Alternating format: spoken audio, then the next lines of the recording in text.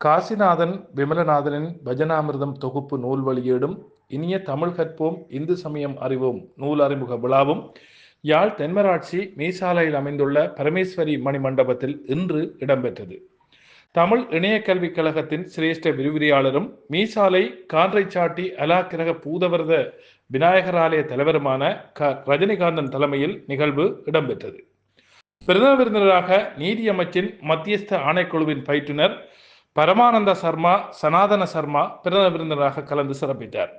சிறப்பு விருந்தினர்களாக முல்லைத்தீவு ஆசிரியர் வான்மை விருத்தி நிலைய விரிவுரையாளர் சி இளந்திரையன், அகில இலங்கை அர்ச்சகர் குருமார் சபை தலைவர், யாழ் மாவட்ட சர்வமத பேரவையின் தலைவருமான கிருமானந்த குருக்கள், உலக சுகாதார நிறுவன ஆலோசகரும் நீர்ப்பாசன திணைக்கள ஓய்வு நிலை படவரை வல்லுநருமான ஆசிகா ராகுநாதன், தென்மராட்சி கல்வி வலய சங்கீத பாட சேவைக்கால ஆசிரிய ஆலோசகர் புனிதகுமாரி ஈழநேசன், கொடிகாமம் திருநாவுக்கரசு மத்திய கல்லூரி நடன ஆசிரியர் விமலகுமாரி ஸ்ரீ ரவிகுலன், தும்பளை கம்பருவளை சித்தி விநாயகர் ஆலய பிரதம குரு வே தியாகனந்த ராஜ குருக்கள், மீசாலை வடக்கு வேம்பிராய் கான்றைச்சாட்டி அலாக்கிரக பூதவரத விநாயகர் ஆலய பிரதம குரு சிவ அகிலேஸ்வர குருக்கள், கந்தரோடை அருளானந்த பிள்ளையார் ஆலய பிரதம குரு ப ஜெயக்குமார குருக்கள், மீசாலை மேற்கு கரும்பு மாவடி கந்தன் ஆலய பிரதம குரு கு கஜேந்திர குருக்கள், சாவகச்சேரி ஆதிசிவன் வீரபத்ரேஸ்வரர்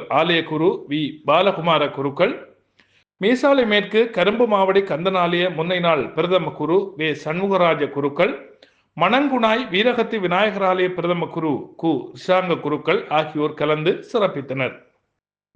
தமிழ் இணைய கல்விக் கழகத்தின் சிரேஷ்ட விரிவுரையாளர் க முருகதாஸ் நூல் மதிப்பீட்டுரையை நிகழ்த்தினார். நிகழ்வில் பிரதம விருந்தினர் நூலை வெளியிட்டு வைக்க தொழிலதிபர் கந்தையா துர்ராஜா முதற் பிரதியை பெற்றுக்கொண்டார். நிகழ்வில் பாடசாலை மாணவர்களுக்கு கல்வி ஊக்குவிப்பு வழங்கப்பட்டதோடு கலை நிகழ்வுகளில் பங்கேற்ற மாணவர்களுக்கான பாராட்டுச் சான்றிதழ்களும் வழங்கி வைக்கப்பட்டன.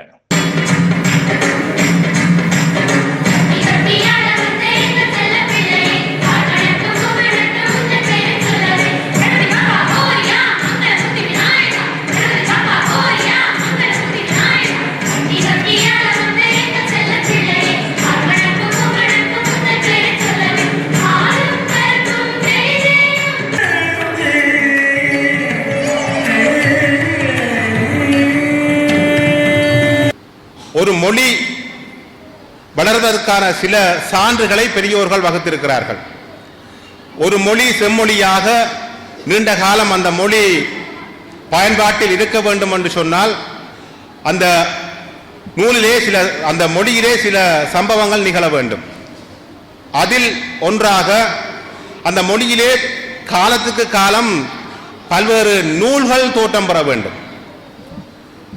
ஒரு மொழியிலே நூல்கள் தோற்றம் பெறவில்லை என்றால் அந்த நூல் எதிர்காலத்திலே அருகி வருகிற மறைந்து விடுகிற ஒரு மொழியாக இருக்கும்.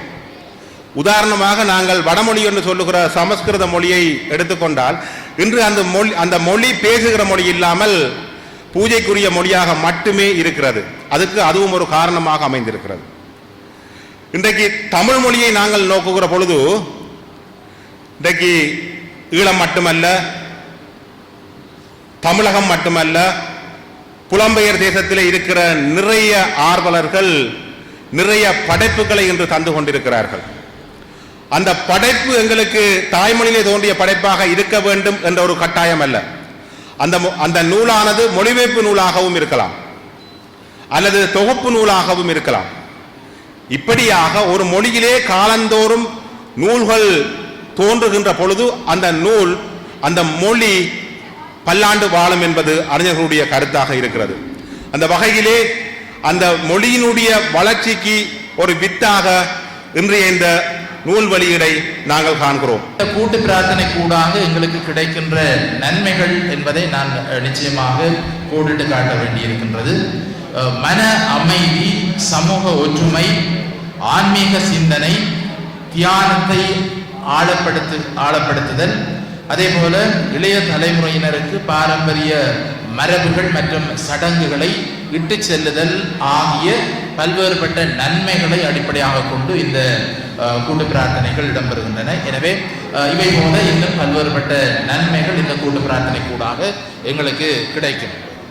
அதே போல இந்த கூட்டு பிரார்த்தனை செய்கின்ற இடங்களாக கோயில் பூசைகள், யாகங்கள் மற்றும் ஹோமங்கள், பஜனை, சாத்திரங்கள் மற்றும் புராணங்களின் வாசிப்பு, திருவிழாக்கள் மற்றும் தனிப்பட்ட வீட்டு சடங்குகள், யாத்திரைகள், இறை வழிபாடு அல்லது இறைவன் வீதி உலா வருகின்ற தருணங்கள் என்ற அடிப்படைகளிலே இந்த கூட்டு பிரார்த்தனைகள் மேற்கொள்ளப்படுகின்றன. இந்த கூட்டு பிரார்த்தனையை மேற்கொள்ளுகின்ற பொழுது செய்யப்படுகின்ற அல்லது அந்த கூட்டு பிரார்த்தனையை நிகழ்த்துகின்ற அந்த படிமுறை என்பதை குறிப்பிட்டாக வேண்டும். இங்கே விநாயகர் துதி, மந்திர உச்சரிப்பு, முக்கிய தெய்வங்கள் மீதான பாடல்களை பாடுதல், சரணகோஷம், அதே போல பக்தியையும் உணர்வையும் அதிகரிக்கக்கூடிய பல்வகைமைப்பட்ட பாடல்களை முன்வைத்தல், சமஸ்கிருத சுலோகங்கள் மற்றும் நாம கீர்த்தனங்கள், அதே போல மங்கள அந்தாதி என்ற அடிப்படையிலே இந்த பஜனைகளினுடைய ஒழுங்கு அமைந்திருக்கின்றது. இருப்பினும் கூட இந்த பஜனையை ஈடுபடுகின்றவர்கள் அந்த சூழலுக்கும் சந்தர்ப்பத்துக்கும் ஏற்ற வகையிலே சில மாற்றங்களை மேற்கொண்டு அந்த பிரார்த்தனையை நிகழ்த்துகின்ற வழமையும் இருக்கின்றது. எங்களுடைய ஈழ நாட்டில இருக்கின்ற திருமுறைகள் 40 பதிகங்கள் இருக்கிறது.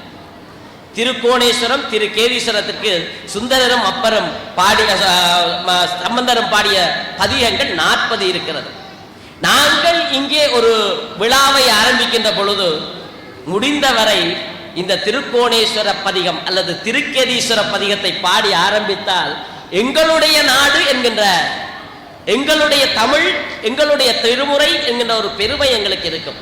இதை நான் எல்லாரும் வலியுறுத்துகிறேன். என்றால் எங்களுக்கு இருப்பதாக 2 கோயிலுடைய திருமுறை தான். எனவே எங்களுடைய நாட்டுக்கு உரியதை நாங்கள் படிக்கிறோமா? இல்லை. எத்தனை பேருக்கு நத்தார்படை என்றால் அது எந்த திருப்பதிகம் என்பது எங்களுக்கு தெரியாது. எதற்கு பாடியது கடைசியா கேதீச்சரத்தானே என்றால் அதுக்கு சொல்லுங்க. விபூதி பூசுகிறோம் நாங்கள் இந்துக்கள் சைவர்கள் என்று சொல்லுவதிலே பெருமை கொள்வது எப்படி என்றால் எங்களுடைய அடையாளங்களை காட்டுவதற்கு. கேளுங்கள், உங்களுடைய நெற்றியிலே எத்தனை பேருக்கு பொட்டி இருக்கிறது, விபூதி இருக்கிறது? இது எல்லாம் நாங்கள் சிந்திக்க வேண்டும். இதுவும் தமிழ் தான், சமயம் தான். இது ஒரு பாதுகாப்பு எங்களுக்கு இருக்கின்ற ஒரு காவல் தான் இந்த விபூதி. இதை அணிந்து கொண்டு வெளியிலே போகின்ற பொழுது எங்களுக்கு பயம் இல்லை, எங்களை பாதுகாக்கிறது என்கின்ற ஒரு நம்பிக்கை. இதை கூட முதலாவது பதிகம் மட்டும் நாங்கள் படிப்போம். மந்திரமாவது நேரு வாடவது, அடுத்தது வேதத்தில் உள்ளது நேரு, வெந்துயர் தீர்ப்பது நேரு. இவையெல்லாம் எங்களுக்கு தெரியாது. ஒரு நாளைக்கு ஒரு பதிகத்தை பாடி நாங்கள் விபூதி பூசினோம் என்றால் 11வது பதிகம் 11வது மாதத்திலே அல்லது ஒரு வருடத்திலே பாடம் பெறும். திருமுறைகளை அந்த காலத்திலே நாங்கள் அப்படித்தான் படித்தோம். பாடசாலைகளில சோதனைக்கு சமயத்தை படிக்கிற சமயம் அந்த காலத்தில் படிப்பிக்கப்படவில்லை, டியூஷனும் இல்லை. அதை தானாவே உணர்ந்து கொண்ட விடயங்கள். எப்படி என்றால் ஒவ்வொரு வீடுகளிலேயும் மாலை நேரங்களிலே விளக்கு ஏற்றி தேவாரம் படிப்பார்கள். இப்ப அதுக்கெல்லாம் நேரம் இல்லை, என்ன டியூஷன். தேவாரம் படிக்கின்ற பொழுது இன்றைக்கு 8ஆம் வகுப்பு புத்தகத்தில் இருக்கிற அத்தனை திருமுறைகளை அந்த வகுப்பு மாணவர் அந்த பிள்ளை அங்க படிக்கும், வீட்டிலே சாமி படத்துக்கு முன்னால. இது பிள்ளைக்கு தானாவே பாடம் வந்து விடுகிறது.